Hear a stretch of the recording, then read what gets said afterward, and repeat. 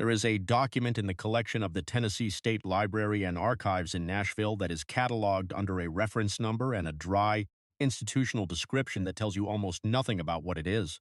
The catalog entry reads, Personal Effects, Claiborne County, Provenance Disputed circa 1905 to 1912, one-bound volume. Researchers who have requested it over the years have generally done so by accident, following a reference in a secondary source that leads them to believe it may contain land or tax records from the area.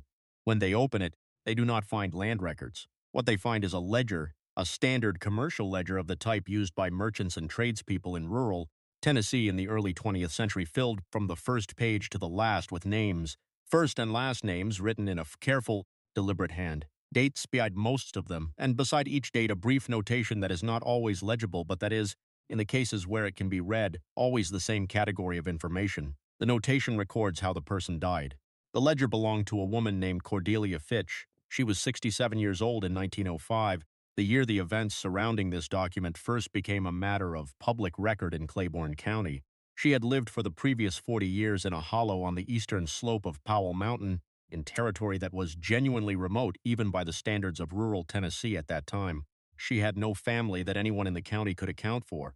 She had no recorded occupation. She had no church membership. She appeared in the property records of Claiborne County beginning in 1871 as the sole occupant of a 12-acre parcel that had previously belonged to a man named Eben Fitch, whose relationship to Cordelia, husband, father, brother, the records do not clearly establish, because the relevant documents from that period are incomplete. Eben Fitch disappeared from the records in 1872.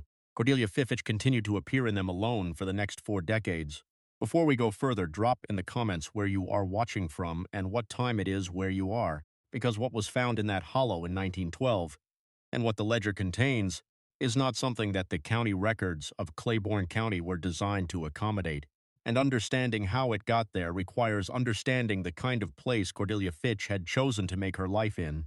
Powell Mountain in 1905 was not a place that people passed through casually.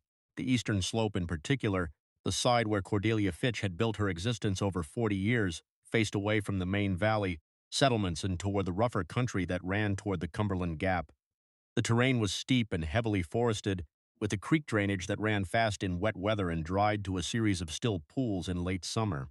Winter came early on that slope and held longer than in the valley below, and the fog that collected in the hollows in the cold months could persist until midday. Claiborne County in this era had no telephone service outside Tazewell, no reliable road system into the outer reaches of the mountain terrain, and a sheriff's department that covered a territory of considerable size with minimal staff.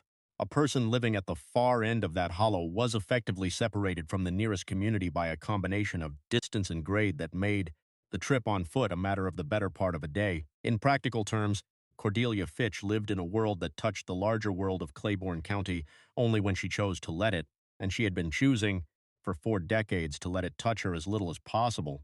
She was known in the county as a woman who provided services. This is how she was described in the statements gathered by Claiborne County Sheriff Orville Bassett in the fall of 1912, as a woman who provided services. The nature of those services was understood differently by different people who discussed them. Some described her as a healer, a woman who knew plant medicines, and who people came to when they could not afford a physician and did not trust the physician they could have afforded. Some described her as a woman who could lift bad luck from a household, who could identify the source of illness, crop failure, or relational discord and provide a remedy. Some described her in terms they used carefully and with evident discomfort as a woman who could do things in the other direction as well, who could, if asked and if paid, cause the bad luck rather than remove it, whose services in this second category were sought less openly but sought nonetheless. No one described her this way to Sheriff Bassett in 1912 without being pressed. When pressed, several people in the county confirmed that they had heard, over the years, of individuals who had gone to Cordelia Fitch with the name of a person they wished harm upon, and that in a number of those cases the harm had come. The ledger was discovered not by the sheriff, but by a woman named Dora Hensley, a neighbor in the loose sense that word could be applied to 2 properties separated by 3 miles of mountain terrain. Dora Hensley had gone to the Fitch Hollow in September of 1912 to ask Cordelia for a remedy for a persistent illness affecting her youngest child. She had made this trip before. She knew the property. She knew that Cordelia was generally present and generally willing to see visitors, though she was not warm about it. On this occasion, Cordelia was not present. The door of the house was not locked. Dora Hensley, after waiting a period of time she estimated at half an hour, entered the house to see whether Cordelia was ill inside. She was not. The house was empty.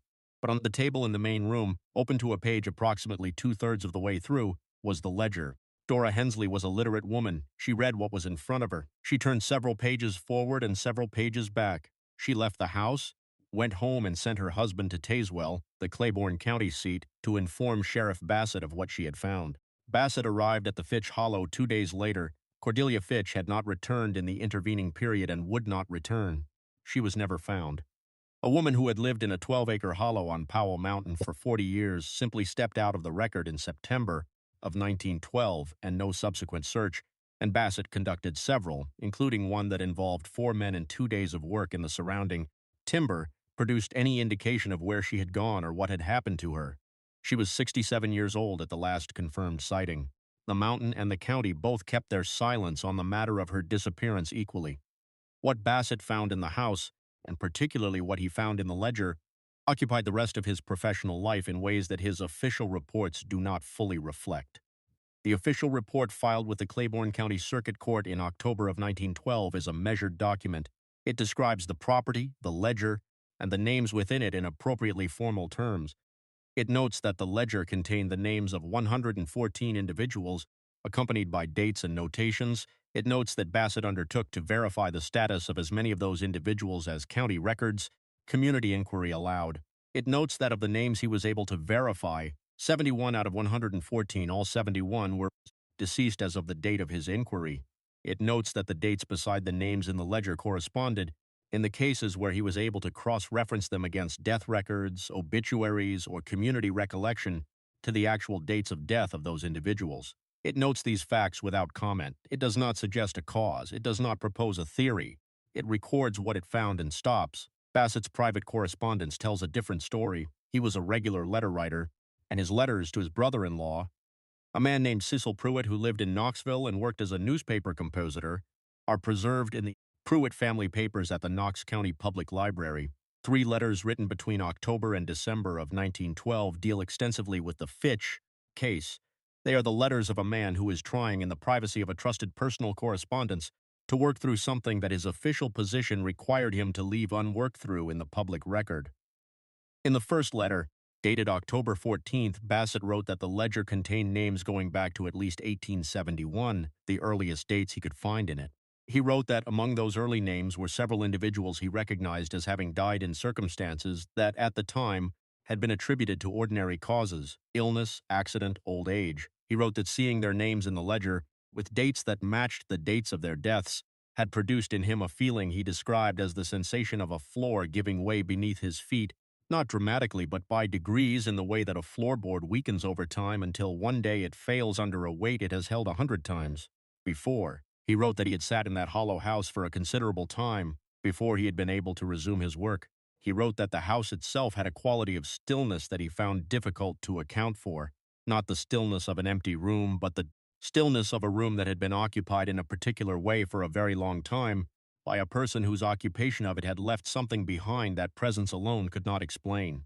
In the second letter, dated November 3rd, he wrote about the notations beside the names. He had by this point consulted with a physician in Tazewell named Dr.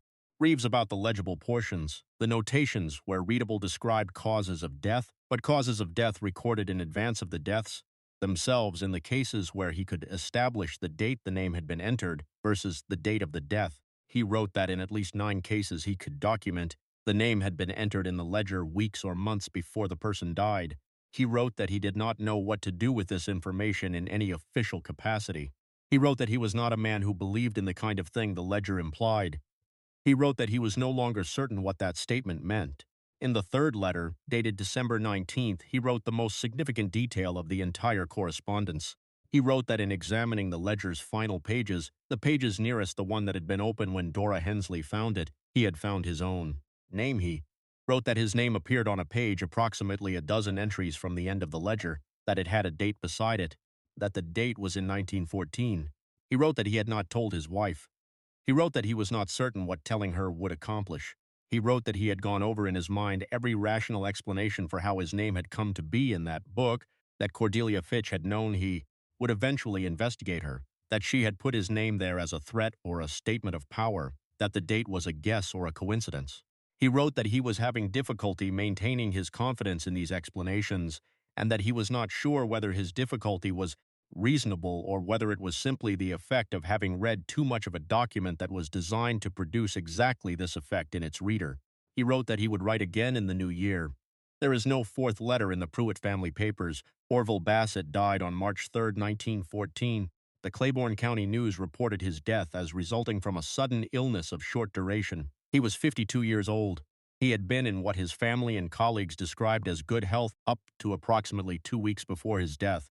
The date in the ledger beside his name has been examined by 3 researchers who have accessed the document through the Tennessee State Library and archives. All 3 have reported that the date is March 1914. None of them have been able to determine the specific day with certainty because the ink in that entry is slightly more faded than the surrounding entries, as though it had been exposed to moisture at some point or as though the hand that wrote it had pressed less firmly than usual. The ledger itself presents a number of questions that the archival record does not answer. Who made the entries and when, in advance of the deaths they occurred or afterward? Whether Cordelia Fitch was recording deaths she had caused, deaths she had predicted, or deaths she had simply observed and documented for reasons that the ledger does not explain. Whether the correspondence between the ledger's dates and the actual dates of death is complete, as the official report suggests for the verifiable cases, or whether there are discrepancies that Bassett's inquiry was not thorough enough to detect, and what happened to the 43 names he was unable to verify, individuals who either left the county, died unrecorded, or belonged to communities whose records did not survive. The ledger runs to 114 names. The last entry, the final name on the final page, is dated 1912. It has no notation beside it. Researchers who have examined the document have noted that the handwriting on this last entry is less controlled than the entries preceding it, as though written in haste or in conditions that made careful writing difficult, or as though the hand that wrote it was not entirely steady. The name itself has been redacted from any publicly available description of the document at the request of a descendant who became aware of the archive's holdings in the 1990s and successfully petitioned for the redaction on privacy grounds. The Tennessee State Library and Archives confirmed the redaction in a 2001 correspondence with a researcher at East Tennessee State University. They confirmed that the name is real, that it belongs to an identifiable individual, and that the date beside it falls within September of 1912. They declined to confirm whether the individual in question died in September of 1912. Today, the property at the end of that hollow on Powell Mountain's eastern slope has returned entirely to forest. The 12 acres that Eben Fitch acquired and Cordelia Fitch occupied for 4 decades show no visible trace of habitation from any trail or road. The county property records transferred the parcel to state ownership in 1921, when no heir came forward and the land reverted after the statutory period. A state forester who conducted a routine survey of the parcel in 1938 noted in his report that the site of the former structure was difficult to locate due to vegetation regrowth, and that the only evidence of previous habitation was a section of stone foundation at the creek's edge. He noted the hollow had good timber and recommended it for the state's reforestation program. It was enrolled. It grew. The hollow is not on any trail system. It does not appear in any tourism material related to Claiborne County. The creek that runs through it still moves fast in wet weather and goes still in late summer, the same as it always has. Nobody goes there with any purpose that anyone in the county will acknowledge. The ledger is in Nashville. It has been there since 1913, when Bassett arranged for its transfer to the state archives as evidence in a case that was never formally prosecuted because the only person who could have been charged had already disappeared.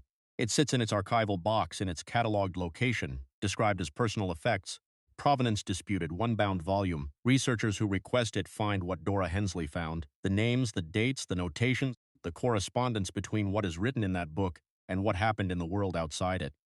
What Cordelia Fitch was in the end is a question that the record leaves open in a way that is more disturbing than any answer it could have provided. A woman who documented deaths she caused, a woman who documented deaths she foresaw, a woman who simply kept an obsessive accounting of the mortality around her for reasons that made sense only to her, in a ledger that happened to be right every single time across 4 decades. All 3 of these are possible. None of them fully accounts for Orville Bassett's name appearing on a page that was written before he had any connection to Cordelia Fitch or her, hollow with a date that matched the month he died. Was she a woman who caused what she recorded, or a woman who simply knew what the mountain was going to take and wrote it down? Drop that in the comments, because those are two very different kinds of darkness, and the one you believe in says something about you. If these are the cases that stay with you, the ones where the document outlasts the explanation, subscribe and ring the bell. The archives have more than they will tell you they have. We will keep looking. Keep your name out of other people's ledgers, and if you ever find one, do not read to the end.